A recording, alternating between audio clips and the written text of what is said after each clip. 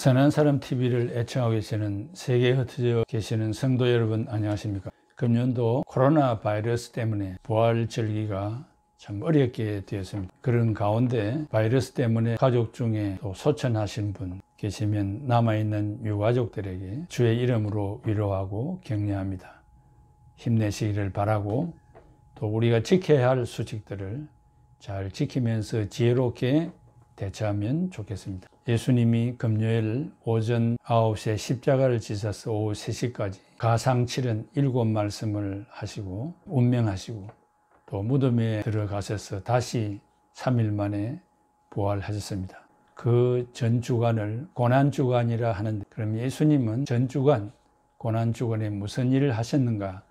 이것을 월화수목금토 하루하루 짤막짤막하게 말씀을 여러분들에게 전하고자 합니다. 교회를 자유롭게 출입할 수 없는 이런 상황 속에서 이 선한 사람 TV와 함께 예수님이 가셨던 그런 행적을 따라가면서 지내시면 은혜로운 하루하루가 되리라 생각합니다. 월요일은 권위의 날입니다. 지난 토요일 유대 달력으로 니산월 9일에 벳바게에 도착하셨습니다.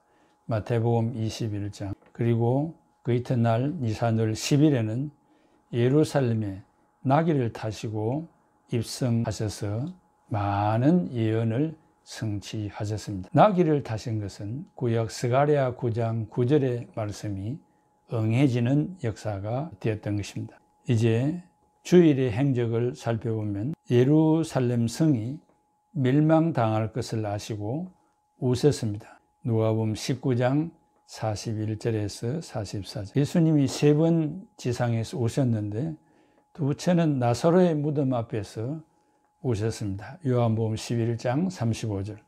그리고 세 번째는 겟세마네 동산에서 대속의 눈물을 흘리셨습니다.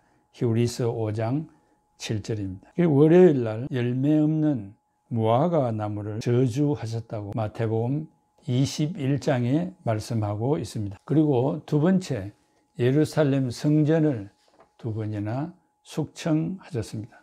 마태복음 21장, 누가복음 19장에 말씀하고 있습니다. 그 중에 열매 없는 무화과 나무를 저주하신 것은 예수님이 허기가 지시고 열매를 찾으신 것으로 설명도 됩니다만은 그 역사적인 해석에는 별 의미가 없고 영적으로 오늘 성도들을 향하여 하신 말씀으로 이해하면 좋겠습니다. 성도들은 항상 열매 맺는 삶을 살아야 할 것을 실물 교훈으로 하신 것입니다. 예수님께서 언제 나에게 와서 열매를 찾을지 모르니까 경성하여 열매 맺는 삶을 살아야 할 것을 말합니다. 예루살렘 성전을 숙청하신 것은 만민이 기도하는 집으로 다시 되돌려 놓기 위함입니다. 그동안 유월절을 지키기 위해서 멀리서 걸어와야 되는데 무거운 짐들을 지고 올 수 없고 짐승들을 데리고 올 수 없으니까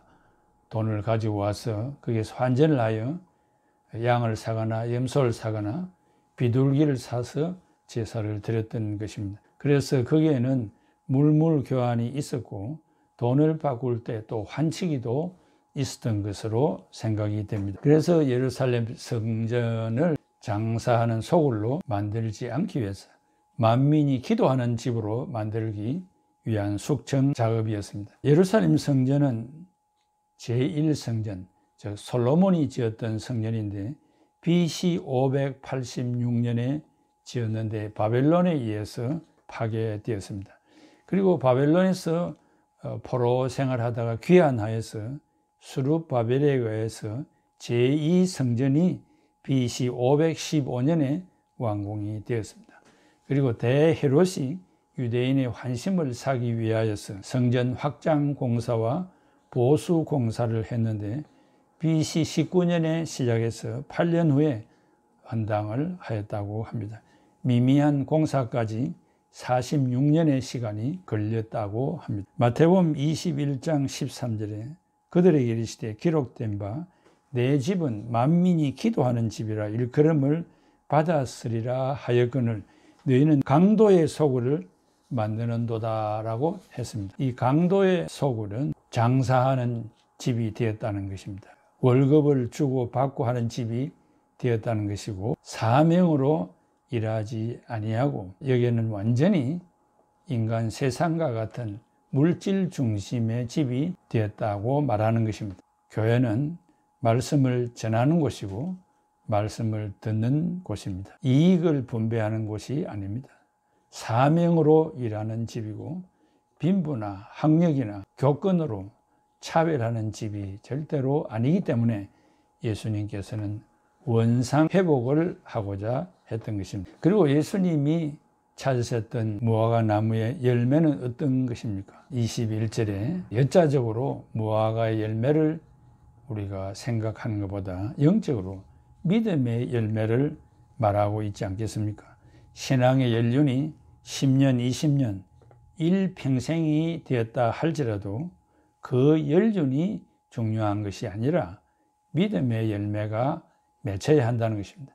예수님은 언제 불시에 우리에게 열매를 찾으실 것인데, 그때 그 열매를 여기 있습니다 하고 드릴 수 있는 그런 자세로 살아가야 할 것을 말합니다. 그리고 계속 말합니다.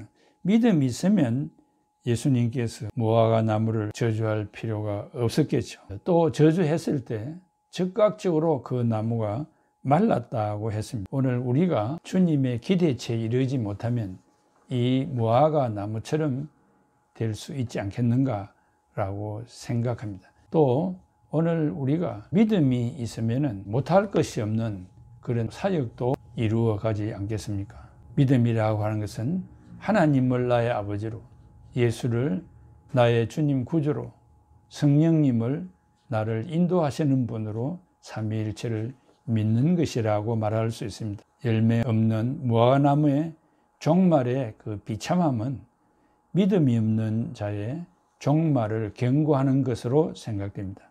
믿고 기도하면 부족이 없는 삶을 살아가게 될 것입니다. 월요일 예수님은 온종일 예루살렘 성전에서 장사하는 자들을 다 내쫓으시고 교회를 본래의 자리로 되돌아가게 했습니다. 만민의 기도하는 집으로 만들어 주셨습니다. 실상 예루살렘 교회와 같이 우리의 본심도 인본주의, 눈에 보이는 것에 대한 욕구, 사용하지도 못할 것에 대한 축적, 화합이 아닌 분쟁과 시기와 싸움을 숙청하라는 것일 것입니다. 고난주간 부활절이 수없이 해마다 지나가지만 우리의 마음에 주님이 원치 아니하는 이런 것들이 계속 자리 잡고 있어서 해마다 하나님 앞에 죄송한 마음만 가질 뿐입니다. 금년도 우리 고난주간 오늘 월요일 예수님께서 바라시는 열매, 또 성전의 숙청 사업을 행하신 예수님의 정신을 우리가 본받아야 할 것입니다. 내 마음에 남아있는 불순한 것이 무엇인지 살펴봅시다. 기도하는데 응답 없는 기도의 이유가 무엇인가를 살펴봅시다. 나는 주님이 찾으시는 열매를 소유하고 있는지 오늘 하루도 살펴보시고 복된 하루가 되기를 바랍니다. 감사합니다.